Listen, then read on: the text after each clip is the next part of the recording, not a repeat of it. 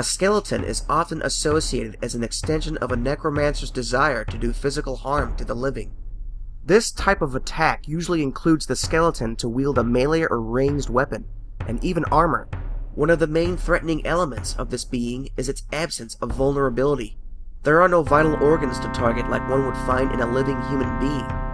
Furthermore, it overthrows other undead creatures for its lack of a brain that one would find in a zombie, or the heart, which would be found in a vampire. It's a hollow thing that just keeps on going no matter how much damage it takes. Even upon pulverization, the skeleton is considered to easily reassemble, simply because of its base component of bones. It's the equivalent to a child's play toys that are easily put back together upon destruction. The physical attributes of this creature are quite obvious, generally being an animated human skeleton with little to no flesh at all. However, this type of undead could entail other species that have more than 2 legs, such as the wolf, or a much larger creature like the elephant.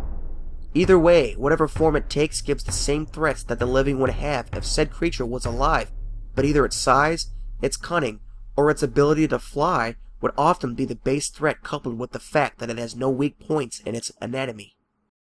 Most often, the skeleton is used by powerful necromancers as large armies to crush and overthrow the enemy. Skeletal frames from numerous amounts of species and monsters are included to perform many deadly purposes, just like the strategic pieces on a chessboard. In this case, the play pieces cannot die, nor necessarily be removed from the game. In the mass media, the skeleton has often been used in film and video games. One well-known appearance of this undead creature is seen in Jason and the Argonauts.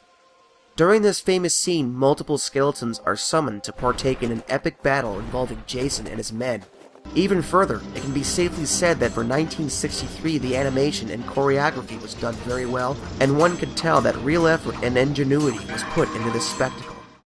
Another prime example would be the skeletons depicted in the film Army of Darkness. There are non-stop battle scenes involving the skeletons fighting against the heroic character known as Ash, and quite a few of them have their own personality and are capable of speech. The respective Evil Dead trilogy has gained an audience big enough over the years to spawn the Ash vs. Evil Dead series on the Starz network. In the video game category, a prime example would be MediEvil for the PlayStation.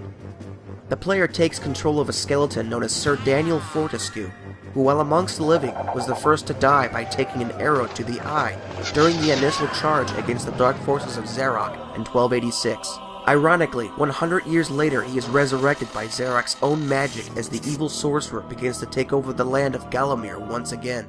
Sir Daniel takes heed of the stone gargoyle heads throughout the game while acquiring new abilities and weapons from the deceased legendary individuals within the Hall of Heroes. Throughout the game, skeletons and copious amounts of undead are encountered and must be destroyed. More proper examples among the video game genre are Castlevania, The Legend of Zelda, and the Elder Scrolls series. The skeleton is something that most of us have grown up with and come to know. It's become a staple of Halloween and horror films and is one of the prime depictions of death, and will continue to be for many years to come.